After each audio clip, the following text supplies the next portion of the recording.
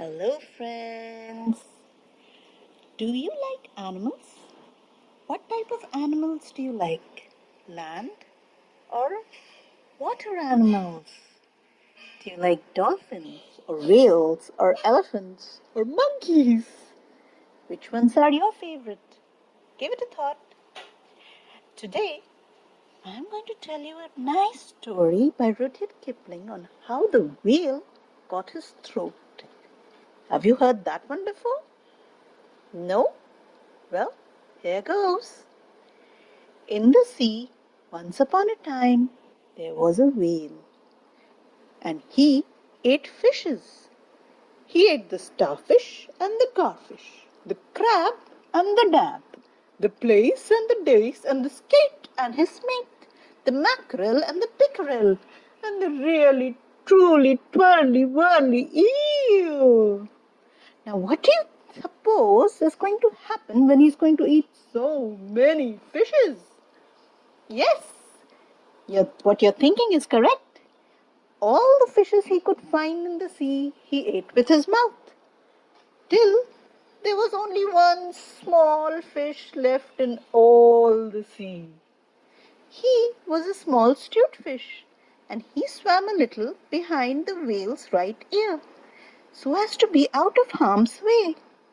Wow! Now, isn't the stute-fish clever? Then the whale stood up on his tail and said, "I am hungry." And the small stute-fish said in a small stute voice, "Noble and generous whale, have you ever tasted man?" "No," said the whale. "What is it like?" "Nice," said the small stute-fish. "Nice, but nubbly." "Then fetch me some," said the whale. He made the sea froth up with his tail. "One at a time is enough," said the stute-fish. "If you swim to latitude 50 north and longitude 40 west, you will find sitting on a raft in the middle of the sea with nothing on but a pair of blue canvas breeches, a pair of suspenders and a jackknife, one shipwrecked mariner.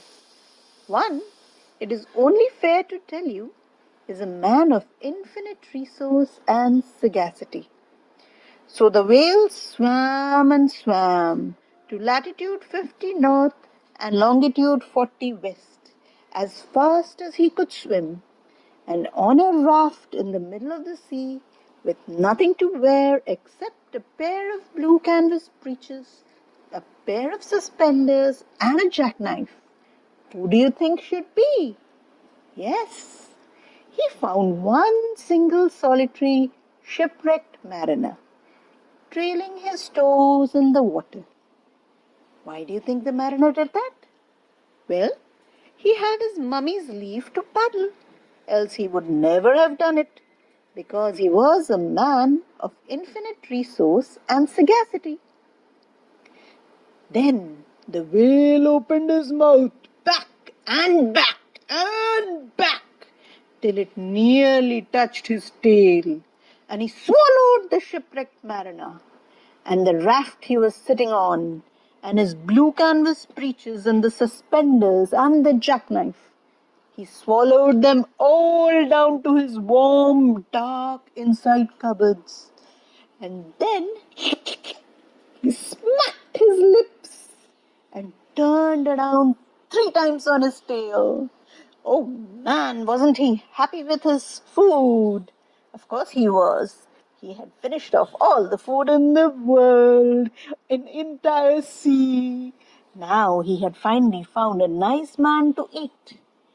But as soon as the mariner, who was a man of infinite resource and sagacity, found himself truly inside the whale's warm, dark inside cupboard, he stumped and he jumped and he thumped and he bumped.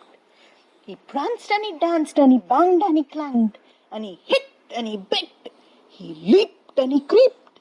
He prowled and he howled. And he hopped and he dropped. He cried and he sighed. He crawled and he bowled. He skipped and he leaped and he danced hornpipes where he shouldn't. And the whale felt most unhappy indeed. So he said to the astutefish, "This man is very nubbly. Besides, he is making me hiccup. What shall I do?" "Tell him to come out," said the astutefish. So the whale called down his own throat to the shipwrecked mariner, "Come and behave yourself. I have got the hiccup." "Nay, nay," said the mariner. The mariner was a clever man. So, what did he say? "Not so, but far otherwise. Take me to my natal shore and the white cliffs of Albion, and I'll think about it." And he began to dance more than ever. "You had better take him home," said the astutefish to the whale. "I ought to have warned you. He is a man of infinite resource and sagacity." So the whale swam and he swam and he swam and he swam with both flippers and his tail as hard as he could for the hiccup. At last he saw the mariner's natal shore and the white cliffs of Albion, and he rushed halfway up the beach and opened his mouth wide, wide and wide and said, "Change here for Winchester, Nashua and Keene, stations on the Fitchburg Road." And just as he said, "Fitch," the mariner walked out of his mouth. But while the whale had been swimming, the mariner, who was indeed a person of infinite resource and sagacity, had taken his jackknife and put up the raft into little square grating, all running crisscross. And he tied it firm with his suspenders. And he dragged that grating good and tight into the whale's throat, and there it stuck. Then he recited the following shlok. Well, as you haven't not heard it, I will proceed to relate. By means of a grating, I have stopped your eating. For the mariner, he was also a Harbanian, and he stepped out on the shingle and went home to his mother, who had given him leave to trail his toes in the water. He married and lived happily ever after. So did the whale. But from that day on, the grating in his throat, which he could neither cough up nor swallow down, prevented him from eating anything except very, very small fish. That is the reason why whales nowadays never eat men or boys or little girls. The small astutefish went and hid himself in the mud under the dorsals of the equator. Now, isn't the astutefish clever? Of course. Now, why would the astutefish do that? Well, because he was afraid that the whale might be angry with him. The sailor took the jackknife home. He was wearing the blue canvas breeches when he walked out on the shingle. The suspenders were left behind, you see, to tie the grating with.